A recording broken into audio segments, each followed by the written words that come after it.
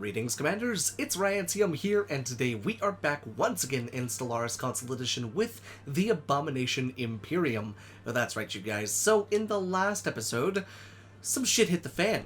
If you didn't see the last episode, we're now at war with basically the entire galaxy because our lovely parents, for how lovely they are, decided that going to war with these guys would be perfectly fine, would be a great idea. And these guys are superior to me in fleet power and in economic power, so that's totally not fine. And we're bordering on both of them, so great, even better. So the war for the galaxy has kind of already started. What exactly is this war for, you might ask? Well, both sides are just to humiliate one another, which is just ridiculous. We're just basically throwing insults around at each other. But it makes me wonder if I should actually go for the Colossus project. So that when I go to war, again, even if it's to humiliate people, I could just wipe them off the face of this freaking galaxy and be completely fine. But, unfortunately, let's go ahead and start this bad boy back up. Our fleet was caught way out of position because we were just at war with these lovely things down here. This tiny, tiny little empire down here. We were just at war with them, but now it's time to crush some skulls. It's time to start punching some people and getting some of this stuff going. Now, once we get most of the people out of our space, we're gonna just kind of turtle for a second just to kind of figure out what the hell's going on. Granted, no one's coming through this system at the moment. It's a 61,000 bastion. This one's a 32k bastion, but we gotta get bigger bastions. They gotta be bigger. Bigger and better and more powerful. Speaking of the devil, there's... Oh, it's only 19,000. Okay. So, let's see. We just need to get everyone there. Go there. I don't know where this guy was planning on going, but just go there, please. Who just insulted us? I have no idea. Great. The Great Yaru Empire. You can go eat a bag of dicks, asshole. Okay, so yeah, it's a bit action-packed here at the beginning. Hopefully everyone's been having a fantastic day. Oh god, that's a big boy. That's a really, really big boy. And this is really gonna hurt.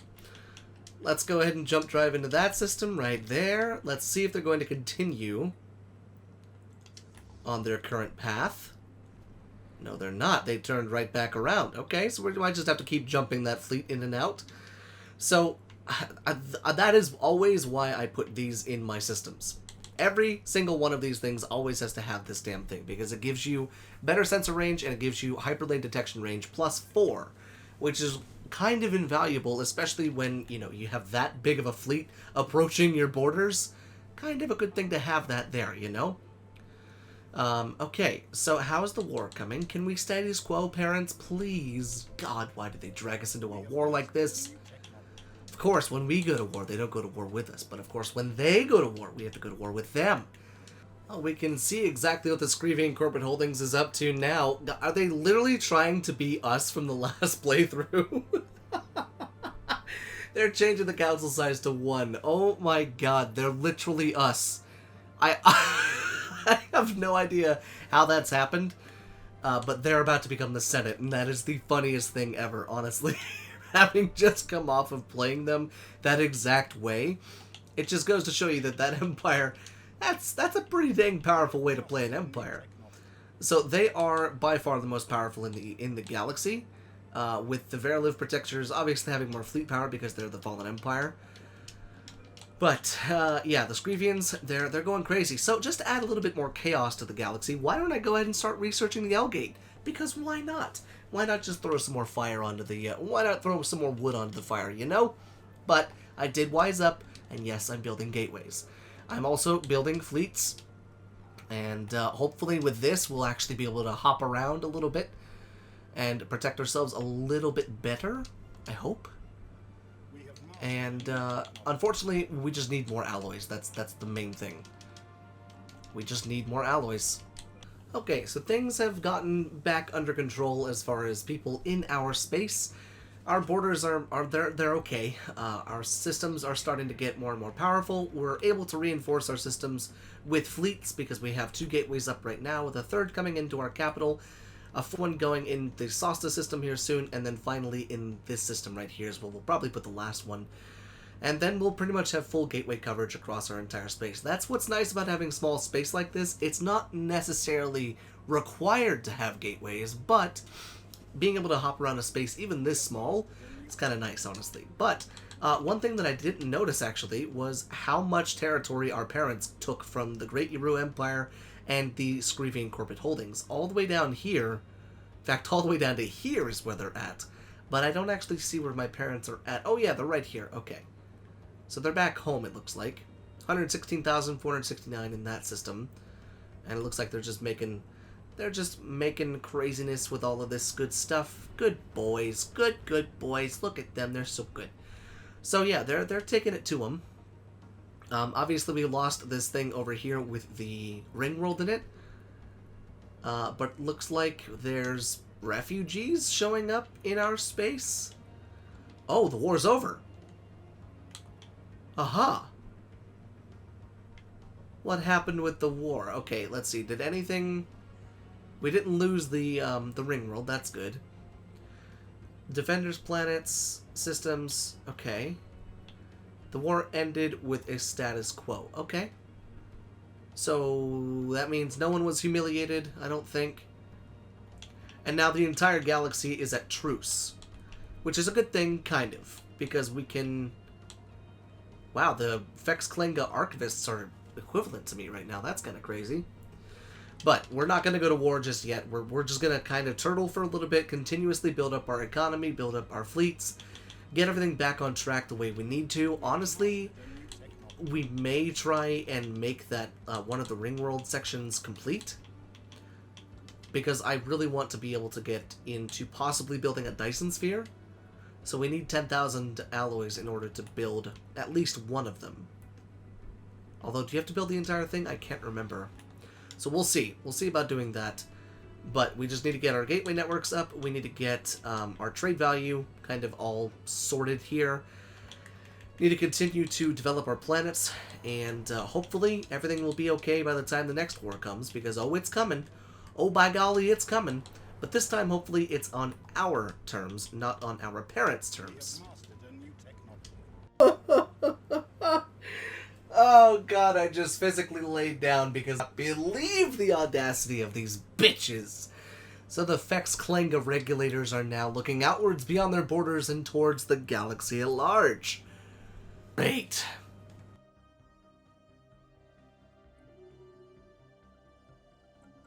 It's wonderful. It's fantastic. Fantabula-freaking-tastic. Let's take a look at what we got right here. So they are overwhelming to us. Wonderful. Woo! That's what we like to hear. We gonna get crushed. The trash pile is gonna be turned into a legitimate trash compactor. Oh, God. Okay, so when our parents wake up from their nap, shit's gonna hit the fan. Shit's gonna hit the fan more than it just did, actually. Thank God that happened now. War with the rest of the galaxy, although I suppose it doesn't really matter.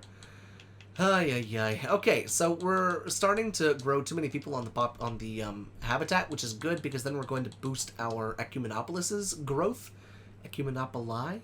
Our Ecumenopolis's growth, and we'll be able to get more and more specialists, getting more and more metallurgists, which is going to be nice. Now, we are close to outfitting our entire fleet. We only need 19 more ships. And our ships are mostly corvettes with lots of torpedoes, minimal cruisers, and some battleships as support. Because, yeah, there's that. But lots and lots of corvettes. I'm okay with that. And I've never researched this many techs within the repeatable economy ones with the minerals, the food, and the energy.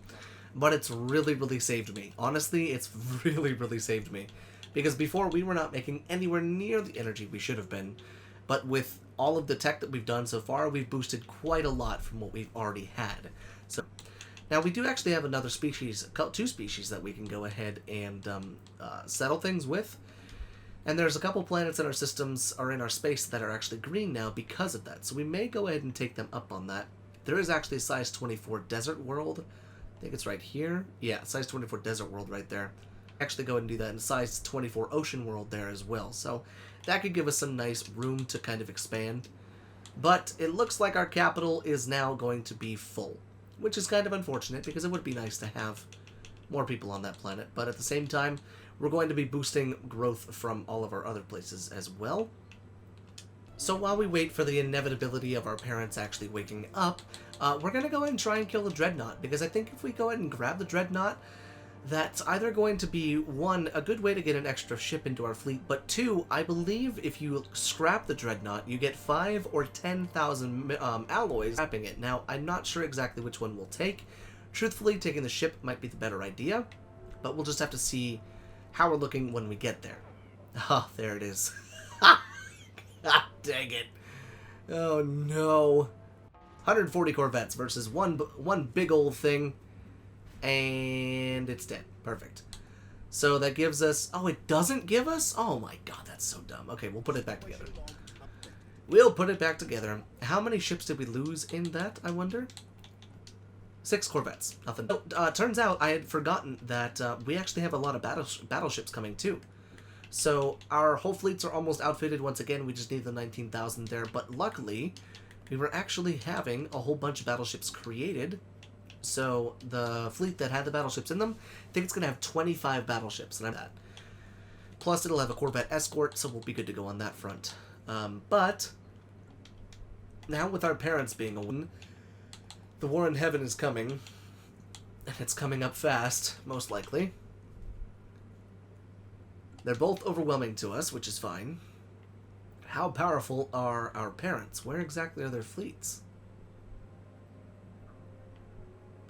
Where are their fleets? I should be able to see them in their space, shouldn't I? Maybe not. I don't know. But I'm just waiting for the inevitable message to pop up. The war in heaven. The Dreadnought has been repaired, and it's only a whopping 6.5k. But I suppose it's better than nothing. So we'll go ahead and set that bad boy just like that. Go ahead and send you back home. There you go, big man. So yes, we are indeed colonizing the planets with the desert dwellers. So now we got that, and we got a bunch of other planets coming. I think 2 or 3 more planets coming. Asteroid defense system, wonderful, and the fleet is coming quite nicely. Still haven't gotten the message as to whether or not the war in heaven is going to happen, but I know it's just a matter of time, unfortunately. But, thankfully, our economy is now in a place where I feel okay to just, you know, be spending a lot.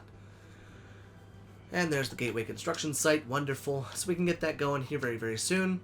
But all in all, I think things are going well for the Abomination Imperium. We got off to a bit of a slow start, and for a while. But if we go and take a look at our contacts, when it comes to who's superior to us, it looks like everyone else seems to be equivalent yet again. Within fleet power, with economy being the biggest standard that's making us kind of inferior to everyone. The Admiral died, so why is it bringing up a planet? Okay, whatever. But we are continuing to do the economy ones. I could be getting more powerful with the same ships that I have if I just start doing the repeatable techs for the ships and stuff. But at the same time, I want to get my economy to where I'm like maybe 1,000 energy and 1,000 minerals. So that's kind of what my goal is at the moment. We're already over the energy one, so that's a positive. But the food is still an issue, and strategic resources is also still an issue. So I'm just continuously boosting all of this, getting as much as we can from all of the stuff that we've already got, and just continuing to move people off of planets that are overpopulated and everything like that. There it is, the war in heaven. Ever since the awakening of the Fexclenga and their ancient Veriliv rivals, the two giants have been at odds, skirmishing and jockeying for influence, probing each other's mights. This has resulted in a series of increasingly terse confrontations, finally erupting in an open battle between Fexclenga fleet and their Veriliv counterparts in a remote system. The conflict has now escalated into full-blown war. Wonderful. Each side has sent a rep to the younger races, promising great rewards for those who join them in their war, and terrible punishments for those who choose to stand against them. Choosing either side in this conflict will mean giving up our independence, but remaining neutral may even be more dangerous, unless we can find other neutral empires to stand by our side. As a subject nation, it is not up to us to decide. The League of Non-Aligned Powers has formed, under the leadership of the Screvian Corporate Holdings. Oh my god, what is going on? Okay, so wait, does that mean that yep, they're all 4 of them inside of that one. Fuck.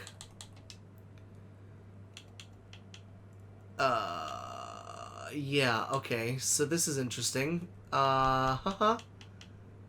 Okay, so it's only us versus them. We may actually be able to take them out. Possibly. Not 100% sure about that, but possibly.